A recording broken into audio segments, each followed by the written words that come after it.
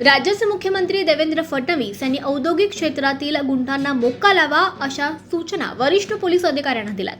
त्यामुळे MIDC मधील गुन्हेगारीला लगाम लागण्याची अपेक्षा व्यक्त केली जाते. मात्र औद्योगिक क्षेत्रात गुन्हेगारी कशी वाढली, बेकायदा जमीन व्यवहारातील टोळ्यांना कुणी अभय दिलाय, ठेकेदारी आणि अन्य औद्योगिक कामे मिळवण्यासाठी कुठल्या बाबींकडे पोलिसांनी आजवर कानाडोळा केलाय, याची पाळेमुळे खोदल्यास थेट पोलिसांपर्यंत याची मुळे सापडतात. त्यामुळे आता औद्योगिक क्षेत्रात शांतता राखण्याची जबाबदारी पार पाडताना पोलिसांची कसरत होणार आहे.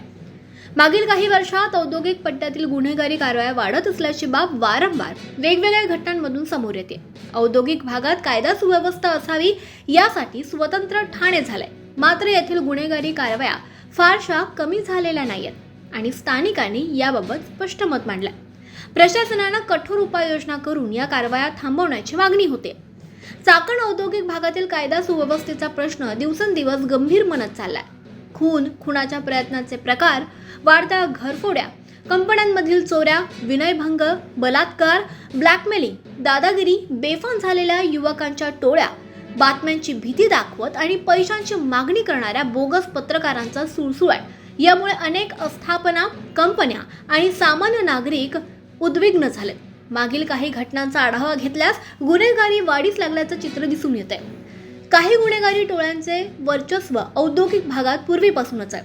या टोळ्यात राजकारणी मंडळींच्या आशीर्वादाने चालणारी गुन्हेगारी तसंच मध्यम आणि कनिष्ठ वर्गातील तरुणांचे प्रमाण वाढतंय. या भागातील औद्योगिक क्षेत्रात कामे, ठेके मिळवण्यासाठी क्षणार्धात कोट्यावधी रुपये मिळवून देणाऱ्या जमिनीचे व्यवहार करण्यासाठी अनेक जण प्रशासन हाताशी धरून धडपड करतात.